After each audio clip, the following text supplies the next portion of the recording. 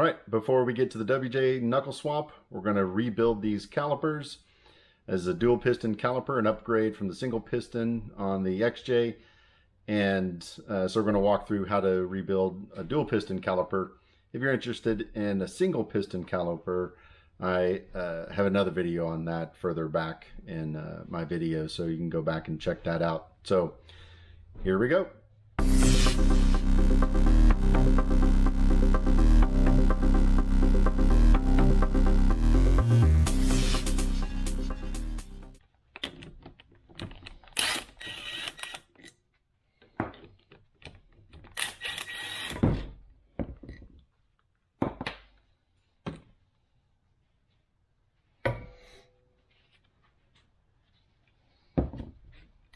Oh,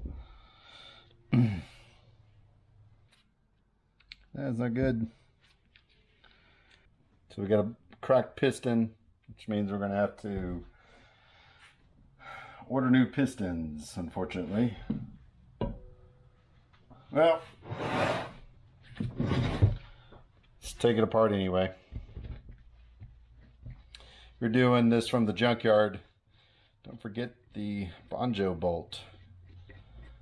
It's a pretty simple thing to overlook, but you need that. Not necessarily interchangeable. Alright, we're going to need something to catch it with.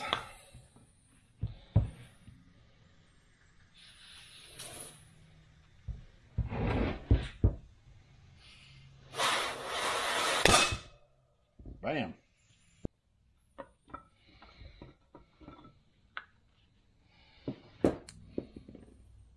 Yep.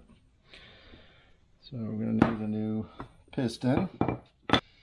Then we get the second guy. Kind of putting him back in there.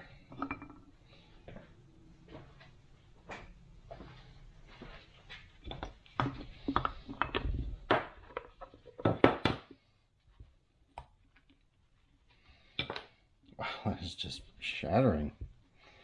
That is crazy.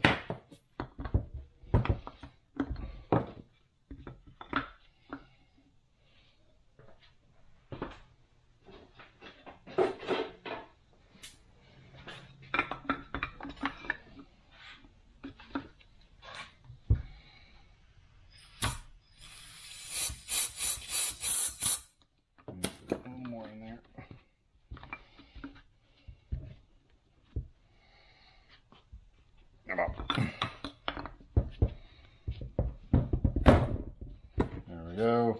Jam that guy in there.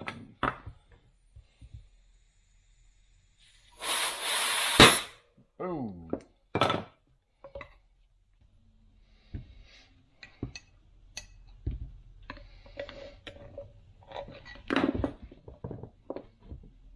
Be able to walk this guy out now.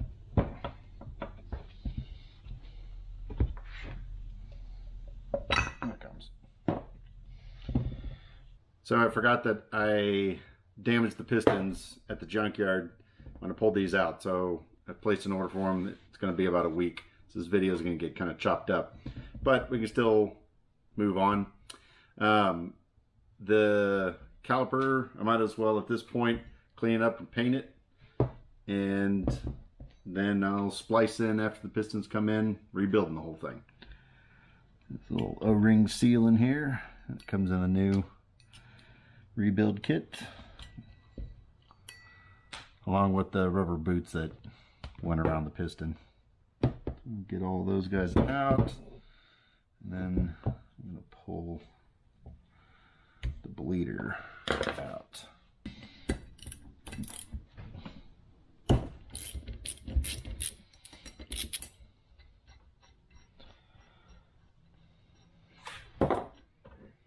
Yeah, see, I want to make sure these guys are clear. You can kind of see a bit of gunk in there. Woo, heard that shoot out. All right.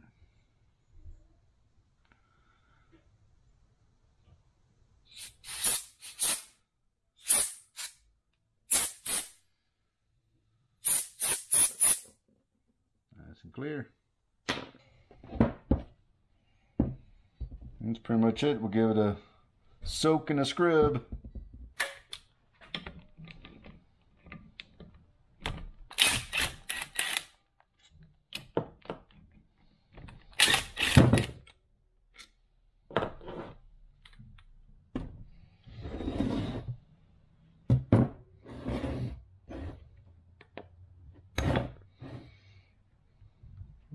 It's pretty healthy.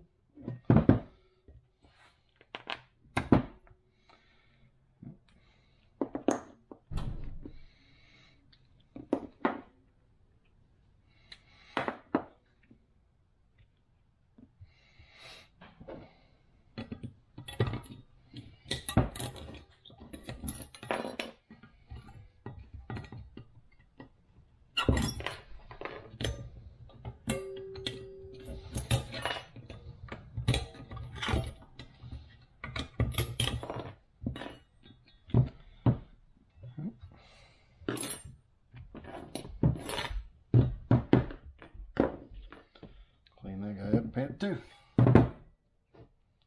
Heck, we might even paint the knuckles. Why not?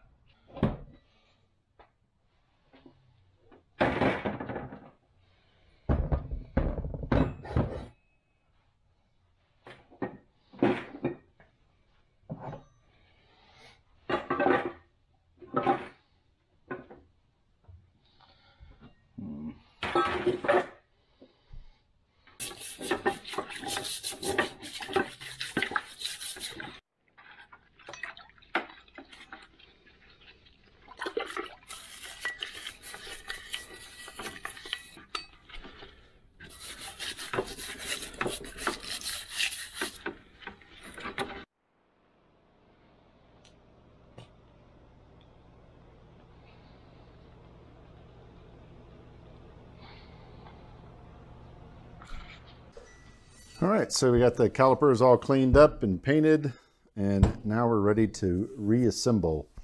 We got some new pistons and all the O-rings or gaskets and seals. I think kind of needs to be lubricated. I'm gonna just use what's in there, you know, brake fluid that goes in there. Just a liberal amount of brake fluid to kind of just get things nice and damp.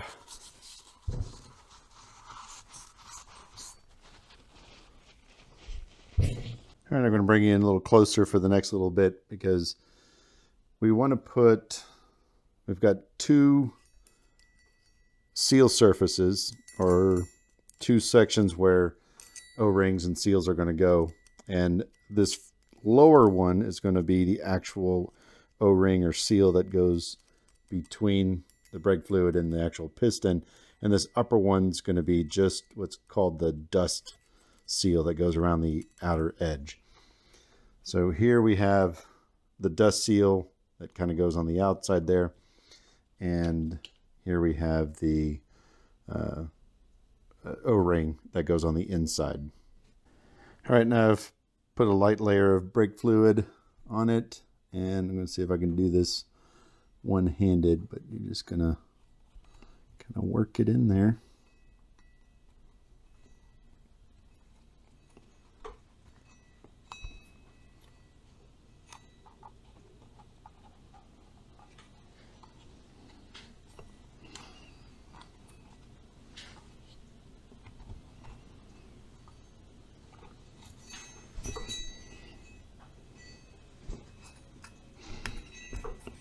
There we go.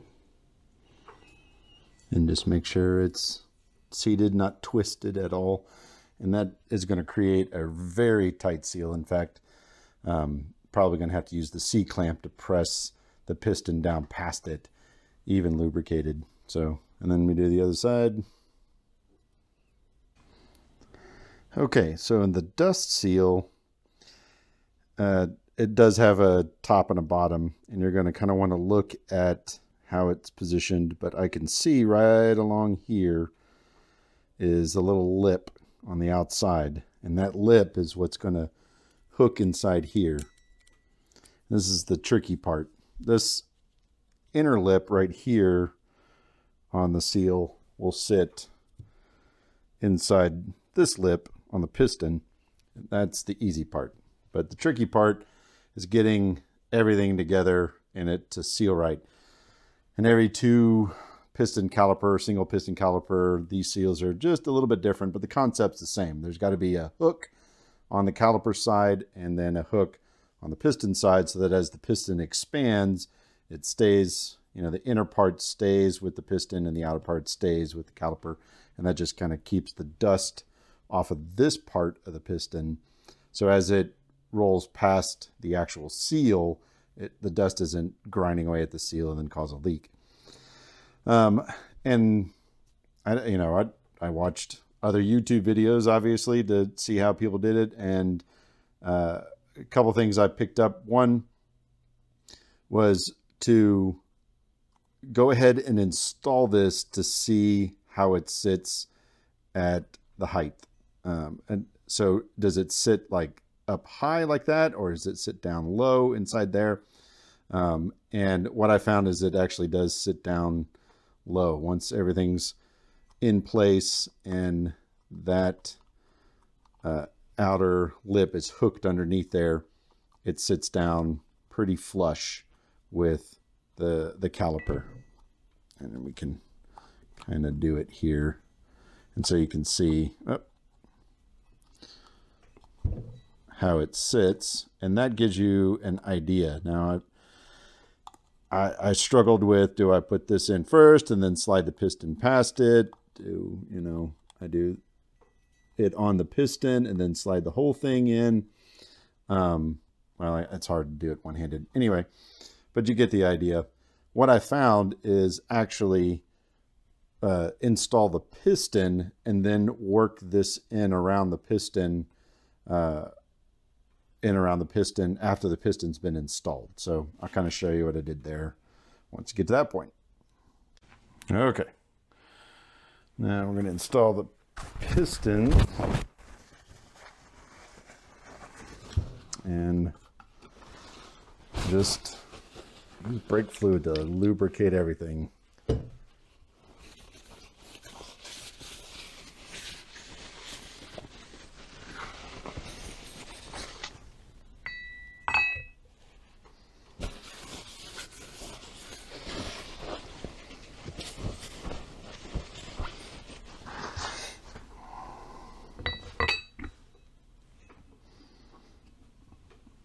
Kind of get it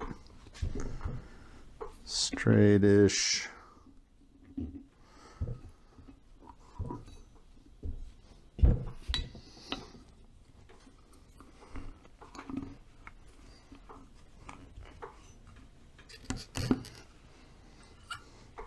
Also, it helps to make sure you've got openings in the back so that air can escape as you're pressing this in with those screws in the back. Then you'll be fighting against compressing air that's inside there. But you can see it's pretty tight. I'm not going to be able to just power it through. All right.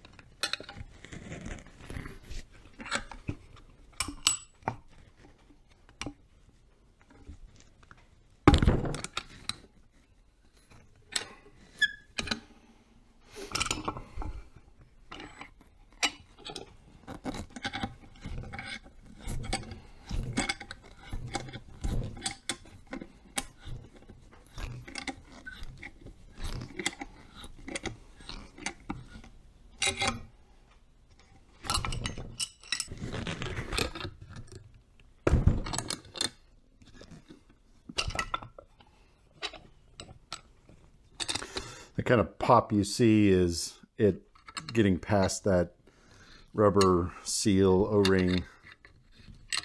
Sometimes it wants to go in just a hair crooked, and you just kind of got to work it back and forth until you get it lined up straight, and then it'll kind of pop into place. And once it's past that seal, it goes in smoothly and straight. All right. So those are both bottomed out. Put this guy away.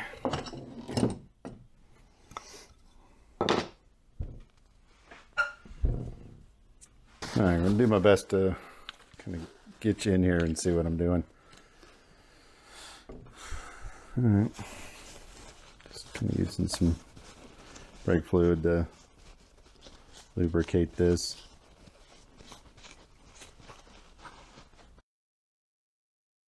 All right, so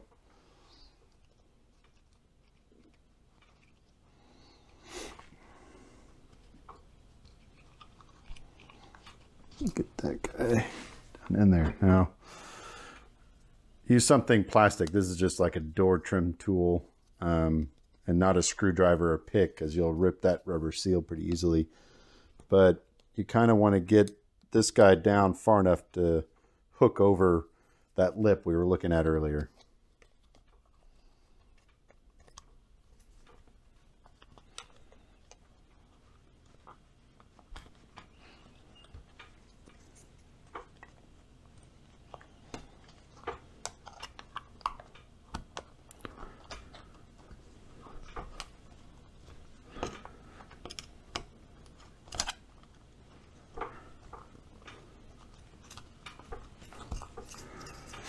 Seems to get it for the most part. We'll get that inner one around the piston.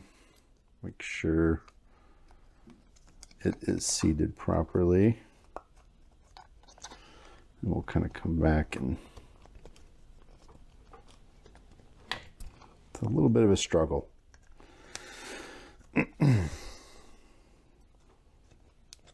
We'll be honest and say, if you can afford to just buy rebuilt ones, just buy rebuilt ones. It is not worth this struggle, because I fought that other one, and I'll probably fight this one a little bit as well. And I'm just trying to get it to seat. You know, see how that's nice and seated, but it's up over on this side. So I'm just trying to get that lip on the seal to hook down and stay below, and not come back up. 6.5 hours later. I think I got it. I hope I got it. That's the like... That's like the big catch is, but oh God, I won't know until it's on and installed, and I'm doing it all over again. All right, so it's supposed to look like that-ish. You know, I'll somebody reply and ask me if it worked by the time I posted this up, and I'll reply and let them know whether or not this all worked, or if I strongly suggest just buying rebuilt calipers, because I end up going back in there with a pair of rebuilt calipers. Right, we'll go ahead and get the clips lined up and in place and ready.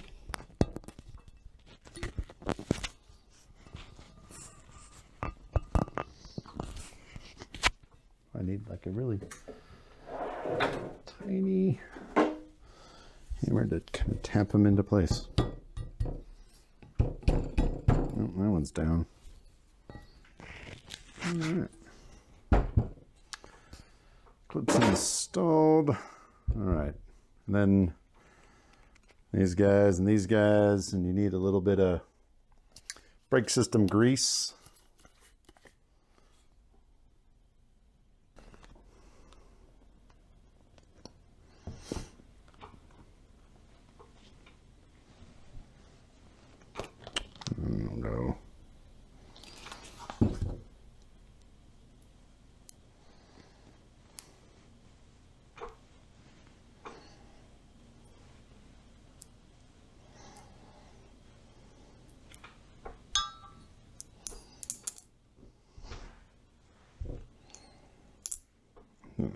before I get that rubber boot on, I'll kind of do that.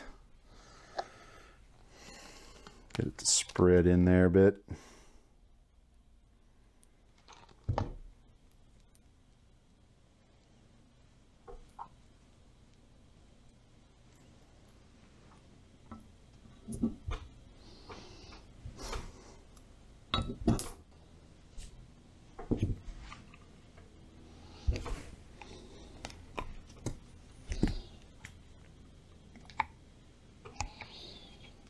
There we go.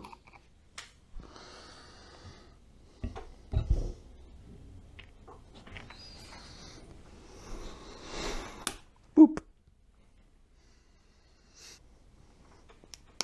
Boop. All right, and that part's done. At this point, it's just bolting everything together and on the knuckle. But that's how we put together and rebuild a 2-piston caliper. Thanks for watching.